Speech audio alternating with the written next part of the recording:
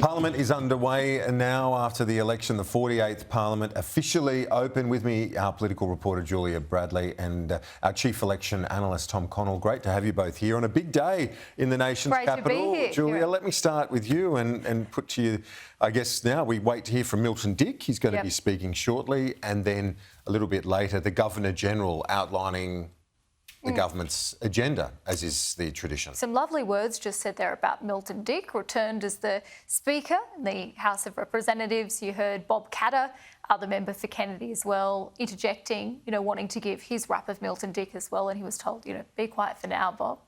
God love. Yeah, you're right, Milton Dick. He'll be speaking soon.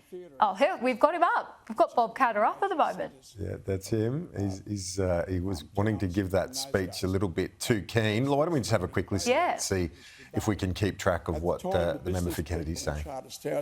Remember that Charters Towers was bigger than Brisbane at this stage. His family threw all their weight behind the fledgling Labor movement. Remember, they were rich business people, and they threw their whole weight behind the Labor movement, as did my own family. At the same time, the business people in Charters Towers, his family threw all their weight behind the fledgling Labor. It was a wonderful thing when the business people stood up for miners and those injured the father and of killed the House, Bob Katter, and we'll get back to Milton Dick when he speaks. I'm not sure how long that speech will go for with Bob, but you never do know, Tom. Well, you do know it'll go somewhat after the time he's been allocated. That's the one guarantee you can have with Bob Katter. I respect it. That's the beauty of him, though. Yes, look, there's always an eyebrow or two raised when he's talking. Yeah, look, it's a momentous day always. There are always new members looking around for whom this has been a dream, for whom some of them have worked for 3 years, some for sort of 10 years. It's also the day we find out about middle names. Now, it's not news today, but Patrick Gorman, it's just a reminder his middle name is Possum, Kieran. Oh, I thought it was Wombat. No, Possum. I knew it was a crazy middle name. Yeah. That is incredible. That's even better. It's just I just like to remind everybody Dame Edna about that? every 3 years it's Possum. Yeah, I love that. A proud Australian. That's fantastic. Yeah. But look, we've got this new chamber dominated by Labor, and right now, how long can they rule for will be the question on everyone's lips. The interesting thing, as I was alluding to just before, is we have, every now and then the Parliament has expanded. It can't just stay at this size or you end up with electorate. Tommy, sorry to interrupt. Let's listen to the new Speaker having a few words. In this Parliament, on the lands of the Ngunnawal and Ngambri peoples, where our Parliament is constructed. And I extend that acknowledgement to all First Nations people represented here today in the gallery, and of course those taking their seats in this House. With the indulgence, it is an honour to give thanks to the remarks by the Prime Minister, the Leader of the Opposition, the Leader of the Nationals, the members for Indi, the member for Kennedy and the Manager of Opposition Business. To be chosen for this role for a second time is a profound honour, but to be elected unopposed is deeply humbling. And I recognise the significance of that gesture. And I'm not only grateful for the trust and goodwill shown from all sides of this chamber, but I want to prove to you that I've earned that trust. This is not a privilege I take lightly, because it is an incredible honour. In my view, the role of Speaker is not one of partisanship, but of stewardship. And it's my solemn responsibility to ensure that democracy is not only practised here, but it's strengthened here. It was a privilege to be dragged to the Speaker's chair, perhaps running to the Speaker's chair, by not only two sides of this chamber, but two very close friends and mentors. To the Chief Government Whip, the member for Lola, I think the reason we get on so well is because of our connection to education. Sitting in the gallery today is my older sister. She's the lesser known of our family, but the most important one, because she's been a teacher for over 35 years and is the real star of the show. She, alongside the member for Lawler, believes in the powerful transformation that education has on children's lives. And in some ways, that's in what's a small part as to my commitment to civics education. Sitting next to her is my brother, the Honourable Cameron Dick MP, someone who I'm enormously proud of for his achievements, but most importantly because he's my brother.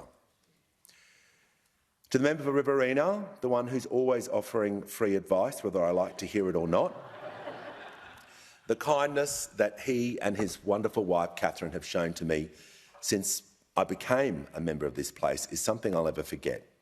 He's a great person, a fine parliamentarian, and I'm honoured that he seconded my nomination today. To the members for Indi and the members for Kennedy, thank you for your very gracious remarks, but more importantly, thank you for the opportunity for me to seek your counsel, as I do with so many others. When I took the chair for the first time on the 26th of July 3 years ago, I spoke about how I envisioned the chamber to be a place of ideas and energy, a place where debate flowed, where the very best of ideas were exchanged in a respectful manner. And over the last 3 years, I've been committed to making this place a place of change, a respectful and safe workplace. And I'm proud of the progress we have made, but I realise that there's more to be done. Today, I recommit myself to this. This term, I will continue to look for ways to improve standards in this chamber. As I said, more work needs to be done. I continue to practice the principles instilled into me by my late parents, Alan and Joan. How you treat others is how you should expect to be treated. No role or title, elected or otherwise, exempts us from our obligation to create and foster a culture of safety, integrity and inclusion. Everyone who walks through these doors has the right to feel safe, respected and supported. In the Parliament, I will not tolerate disrespectful behaviour, because the behaviour we show one another in this chamber matters.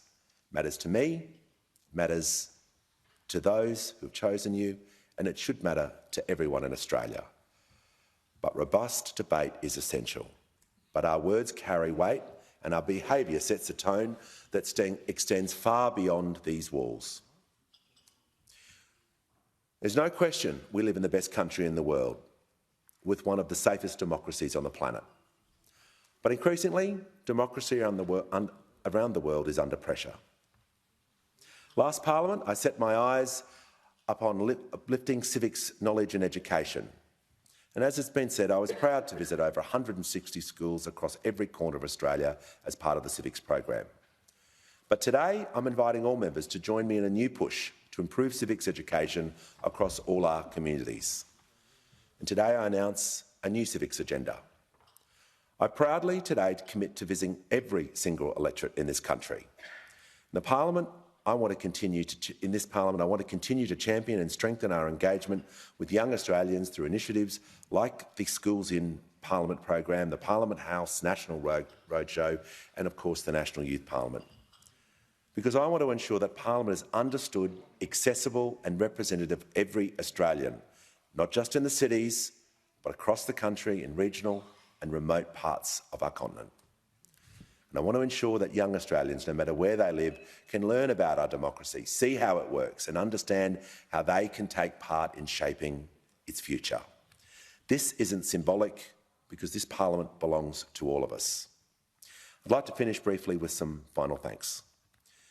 To the Prime Minister, I've been deeply impressed by your commitment to respect and governing with humility.